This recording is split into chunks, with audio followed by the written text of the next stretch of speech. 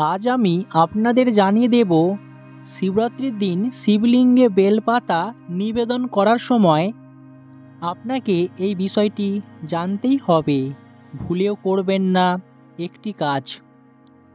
মহাদেব অল্পতেই সন্তুষ্ট। ধূপ, বেলপাতা, ফুল দিয়েই মহাদেবের আরাধনা করলে মহাদেব সন্তুষ্ট হন, মহাদেবের অশেষ কৃপালাভ পাওয়া যায়।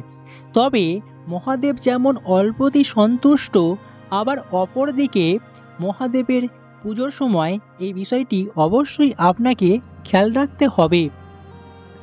বেলপাতা ছাড়া মহাদেবের পুজো অসম্পূর্ণ বলে মনে করা হয়। বেলপত্র সঠিকভাবে নিবেদন না করা হয় তবে পুজো অসম্পূর্ণ বলে বিবেচিত হয়। শিবলিঙ্গে বেলপাতা নিবেদনের সময় এই উপায়টি রয়েছে, আপনাকে তা মেনে চলতেই হবে। যারা শিবরাত্রি ব্রত পালন করে থাকেন এবং মহাদেবের পুজো দেন, আজকের ভিডিওটি সম্পূর্ণ দেখুন, নিজে দেখুন এবং পরিবারের সকলকে বিষয়টি দেখান। মহাশিবরাত্রির দিন অত্যন্তই গুরুত্বপূর্ণ এবং পবিত্র দিন।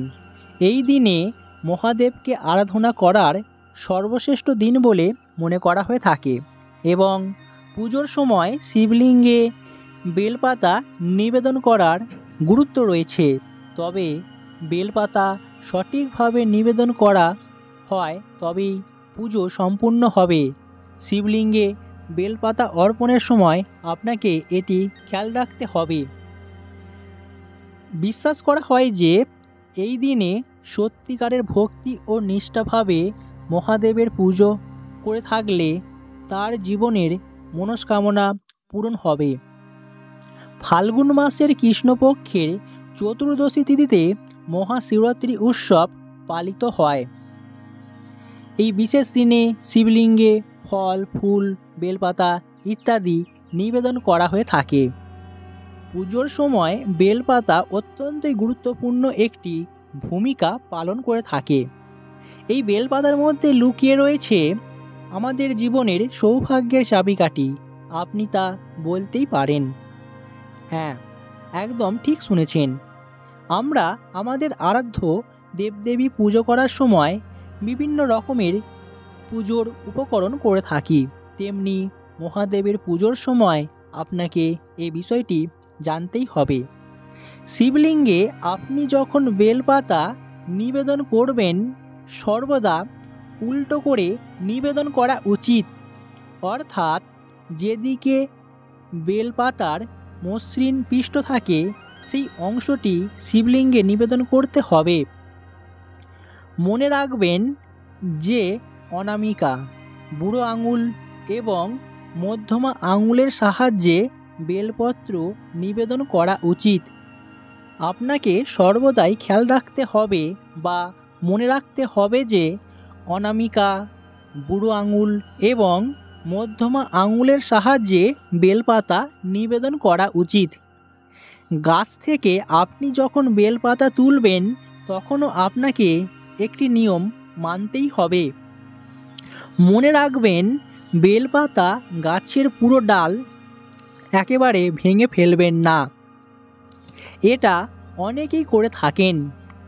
বরং আপনাকে যে বিষয়টি মানতে হবে বা যে কাজটি করবেন সেটি হচ্ছে একে একে বেলপাতা তুলতে হবে। বেলপত্র অর্থাৎ বেলপাতা ভাঙার আগে আপনাকে প্রণাম করতে হবে এবং এই কাজ অর্থাৎ ভাঙার পরেও প্রণাম করতে হবে। বেলপাতা ভাঙার আগে ও পরে প্রণাম করবেন। কোনো কারণে যদি আপনার কাছে বেশি বেলপাতা না থাকে, থাকতেই না পারে, চিন্তার কোনো কারণ নেই। তবে আপনি একটি মাত্র বেলপাতা ধুয়ে আবার দিতে পারেন। অর্থাৎ পরিবারের কোনো সদস্য যদি শিবলিঙ্গে বেলপাতা অর্পণ করতে চান, অর্পণ করে থাকেন, তাহলে সেগুলোকে দুবার ধুয়ে আবার নিবেদন করতে পারেন। মনে রাখবেন যে বেলপাতা যখন আপনি নিবেদন করবেন, বেলপাতা দেওয়ার আগে জল নিবেদন করা উচিত। মহাশিবরাত্রি পুজোর প্রস্তুতির সময় মনে রাখবেন বেলপাতায় যেন কোনোভাবে ছেঁড়া বা কাটা, অপরিষ্কার অপরিচ্ছন্ন না থাকে। এর ফলে আপনার জীবনে অশুভ প্রভাব পড়বে, জীবনে কখনোই শুভ ফল পাবেন না। আপনি পরিষ্কার পরিচ্ছন্ন পাতা তুলবেন, যা আপনার জীবনের একটি বিশেষ দিক। দেখুন, আমরা প্রত্যেকেই ভগবানের আরাধনা করে থাকি। ধূপ, ফুল এবং পুজোর উপকরণ হিসেবে বিভিন্ন জিনিস আমরা সাজিয়ে থাকি। কিন্তু আপনি যদি এই বিষয়গুলি যদি না জানেন, তাহলে মহাদেবের আরাধনা করলে মহাদেব রুষ্ট হবেন। তাই আপনাকে আগে সঠিক নিয়ম জেনে তারপর এইভাবে পুজোর উপকরণ সাজাতে হবে। নিষ্ঠাভাবে ভক্তি ভরে মহাদেবকে আপনি পুজো দেবেন। সম্ভব হলে অর্ঘ্যের আগে বেলপাতা ধুয়ে চন্দন দিয়ে তাতে রামের নাম বা ওম নমঃ শিবায় আপনি লিখে রাখুন। এতে মহাদেব এতটাই প্রসন্ন হবেন যে আপনার উপর সারা জীবন মহাদেবের অশেষ কৃপাদৃষ্টি থাকবেই থাকবে। আপনাদের আগেই বলেছি, মহাদেব অল্পতেই সন্তুষ্ট হয়ে থাকেন। ভক্তের ভক্তিতেই ভগবান সন্তুষ্ট। কিন্তু মহাদেবের পুজোয় আপনাকে এটি খেয়াল রাখতেই হবে। তাই আশা রাখব আগামী বাংলার 24শে ফাল্গুন, ইংরাজির 8ই মার্চ অর্থাৎ শুক্রবার রাত্রি 8টা বেজে এই তিথি শুরু হবে এবং শেষ হবে পরের দিন বাংলার 25শে ফাল্গুন, ইংরাজির 9ই মার্চ অর্থাৎ শনিবার সন্ধ্যা 5টা বেজে 43 মিনিটে এই তিথি শেষ হবে। তাই আপনারা এই তিথি চলাকালীন অবশ্যই মহাদেবের আরাধনা করুন। মহাদেবের আশীর্বাদ পেতে আপনাকে এই নিয়মগুলি তা মেনে চলতেই হবে। আমরা যখন বিপদে বা খারাপ সময়ের মধ্যে পড়ি, তখনই ভগবানের নাম জপ মন্ত্রপাঠ করে থাকি।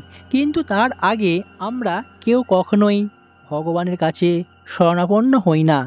কিন্তু এটা করা একদমই অনুচিত। আপনি যদি সর্বদাই ভগবানের নাম জপ এবং মন্ত্রপাঠ করে থাকেন, আপনার জীবনের সকল খারাপ প্রভাব কেটে যেতে বাধ্য। মহাদেবের আশীর্বাদ থাকবেই থাকবে। আজ এই পর্যন্তই। আবার দেখা হবে অন্য কোনো ভিডিওতে খুব তাড়াতাড়ি।